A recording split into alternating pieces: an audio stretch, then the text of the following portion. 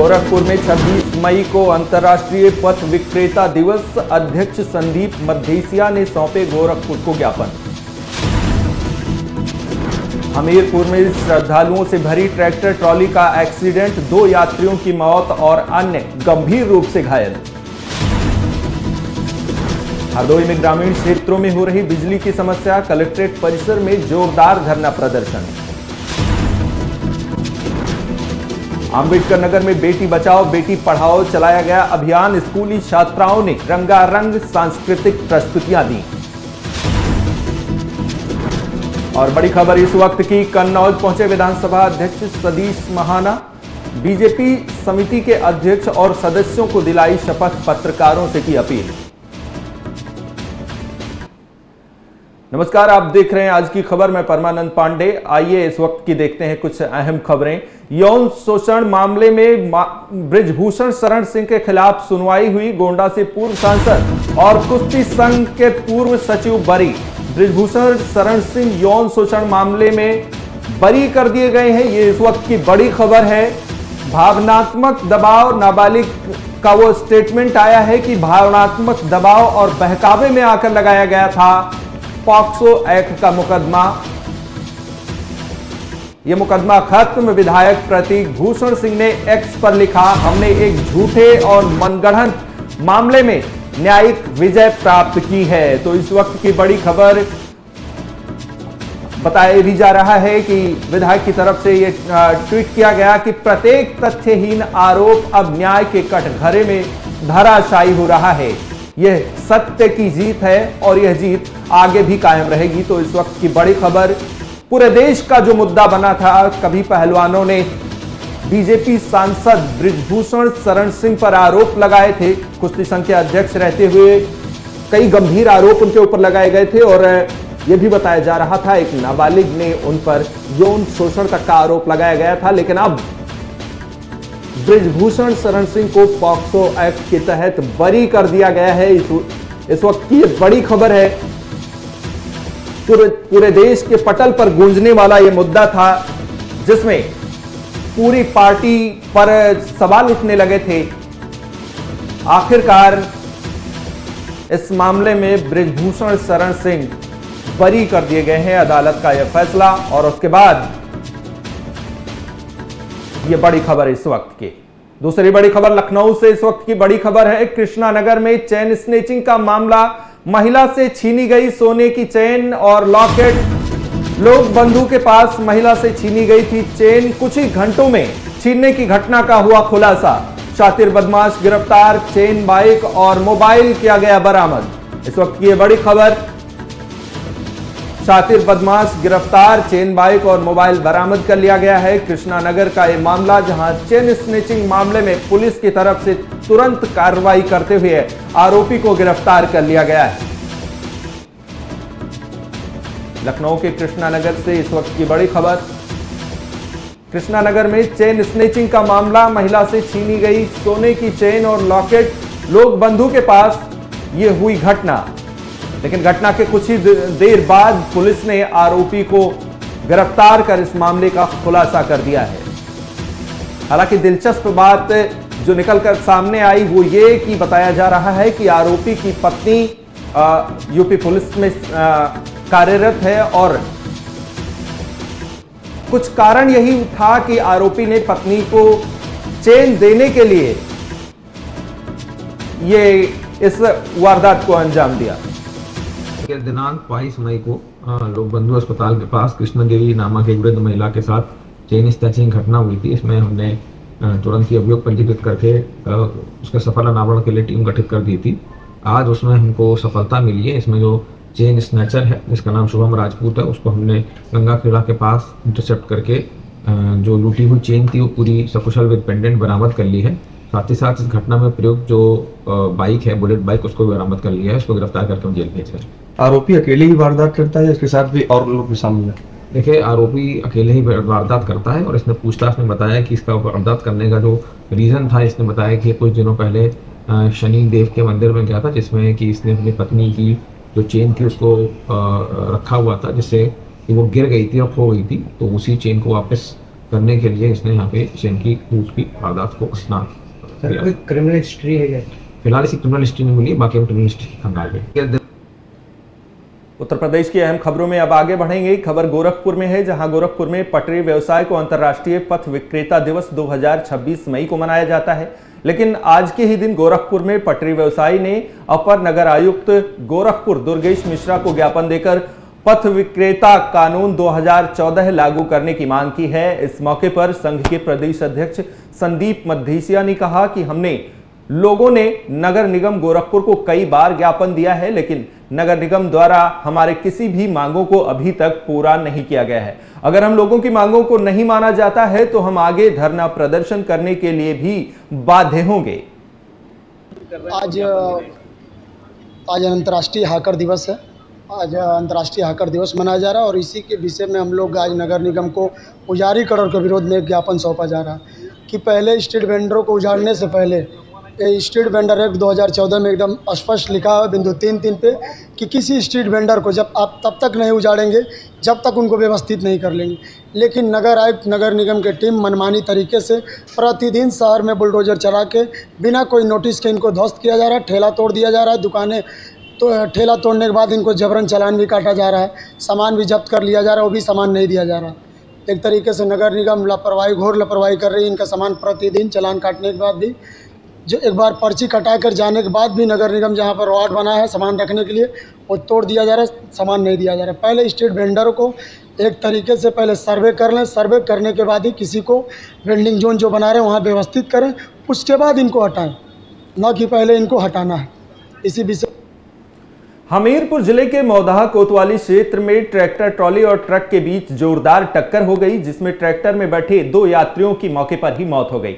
बता दें कि मुंडन कार्यक्रम कर श्रद्धालु अपने घर वापस ट्रॉली में बैठकर आ रहे थे, तभी गांव के पास ट्रैक्टर ट्रॉली और ट्रक की जोरदार भिड़ंत हो गई। हादसे की जानकारी पाकर मौके पर पहुंची पुलिस ने एम्बुलेंस की मदद से घायलों को अस्पताल पहुंचाया, जिसमें दर्जनों की हालत को गंभीर देखते हुए उन्हें कानपुर रेफर कर दिया गया है। वहीं अन्य घायलों का इलाज स्थानीय अस्पताल में चल रहा है।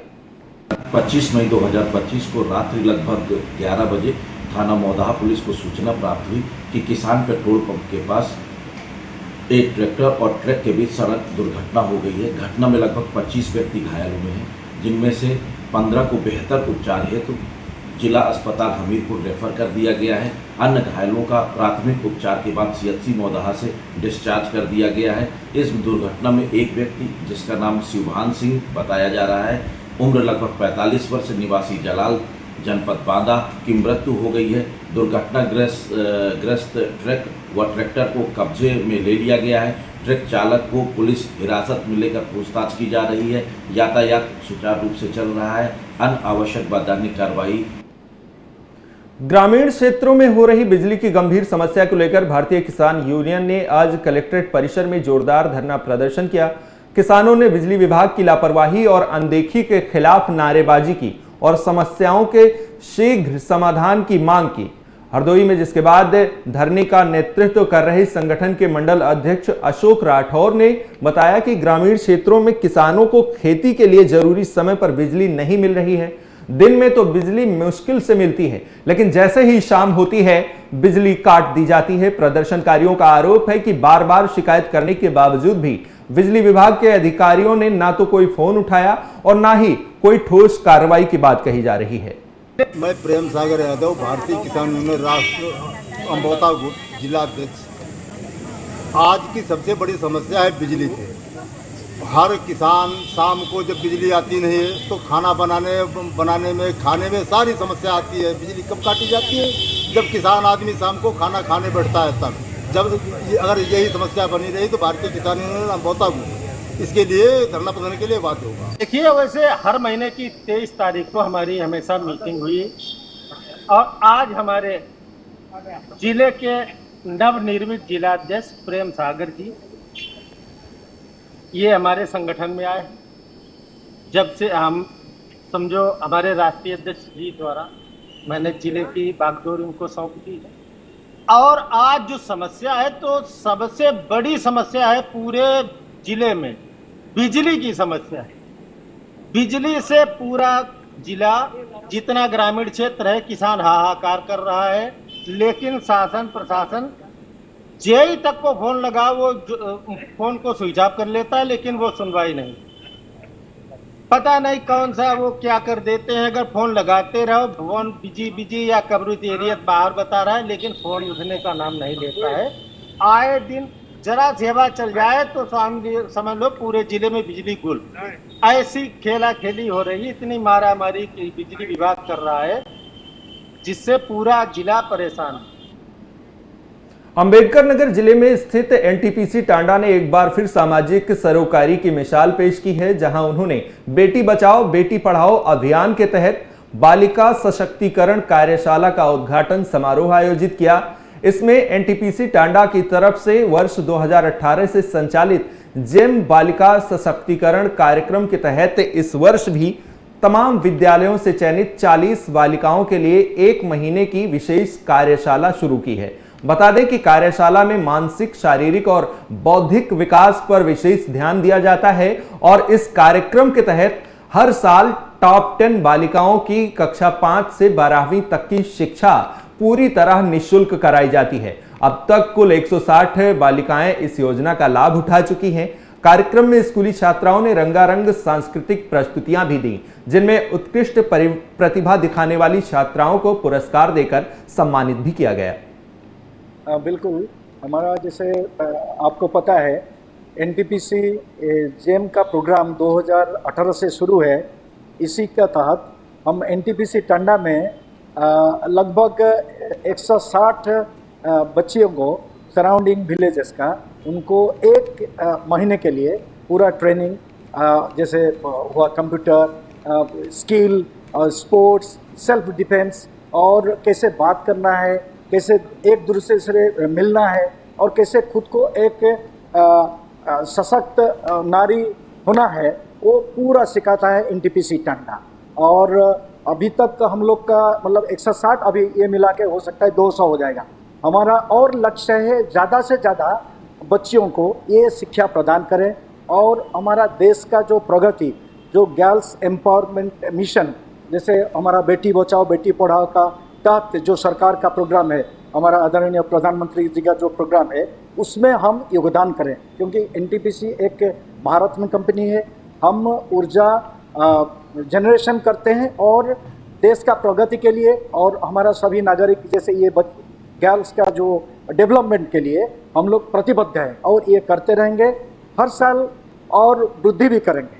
और इसमें आप लोग ये प्रोग्राम को भी सबका समक्ष रखिए और जितना सारा गांव वाले हैं उनको, जितना विलेजेस है उनका पेरेंट्स को भी समझाइए कि बच्चे लोग को प्रेरित करिए पढ़ाई करने के लिए, आगे बढ़ने के लिए। तब हमारा जो जेंडर इनइक्वालिटी वो खत्म होगी और सब समान स्तर पर जाएंगे।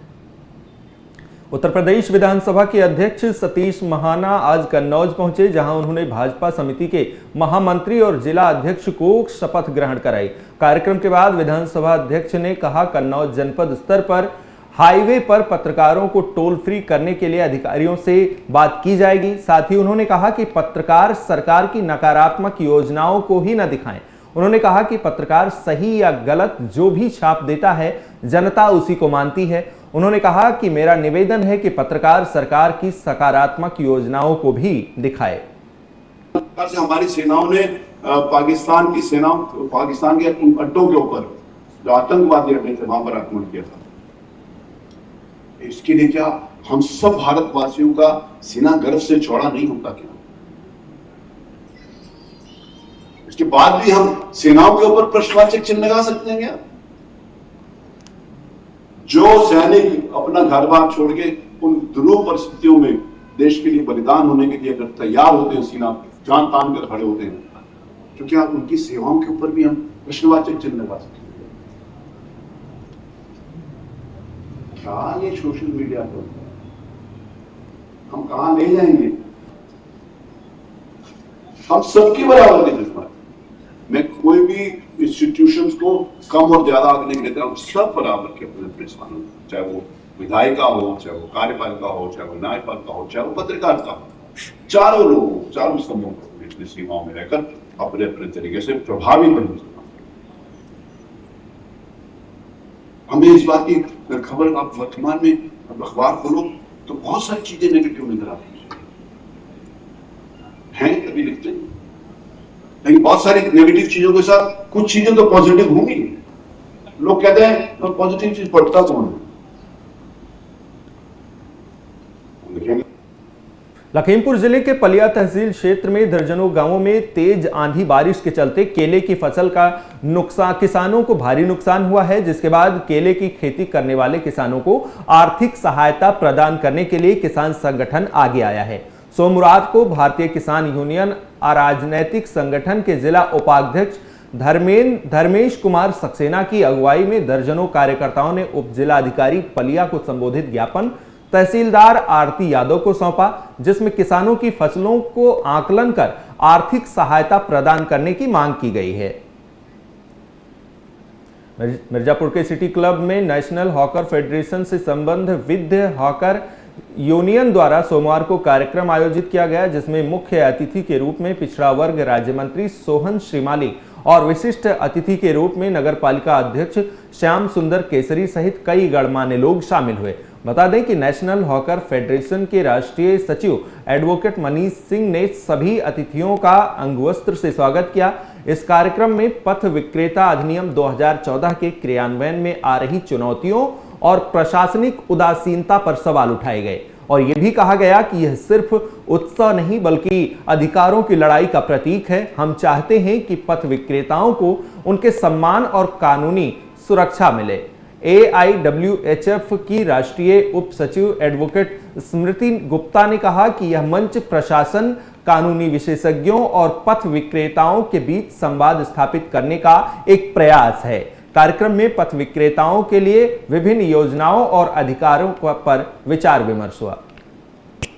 आज यहाँ अंतर्राष्ट्रीय पथ हाकर सम्मेलन है और इस सम्मेलन में उसके केवल नेतृत्वकर्ता लोग आए हुए हैं। यहाँ नेतृत्वकर्ता लोग बैठ करके चिंतन मनन करके और आगे की रणनीति तैयार करके उन पथ विक्रेताओं के लिए जो रास्तों में दुकान लगाते हैं उनकी समस्याओं का समाधान करने के लिए हल ढूंढेंगे और उसको समाधान करेंगे। अभी नगर पालिका के चेयरमैन साहब ने जो भी समस्याएं यहाँ आ रही हैं उनका समाधान करने का आश्वासन दिया है। मैं पिछड़ा आयोग का उपाध्यक्ष होने के नाते, क्योंकि पथ जो विक्रेता ऐसे जो दुकानदार पथ पर लगाते हैं वो अधिकांशतः पिछड़े वर्ग से संबंधित रहते हैं, तो उनके हक की लड़ाई के लिए माननीय प्रधानमंत्री जी ने पिछड़ा आयोग को अधिकार दिया है, ताकत दिया है पिछड़े लोगों को सम्मान स्वाभिमान से जीने के लिए। तो उनके संबंध में जो यहाँ बातें आएंगी उसकी जो आवश्यकता होगी तो मैं ऊपर बढ़ा करके उनको समाधान करूँगा।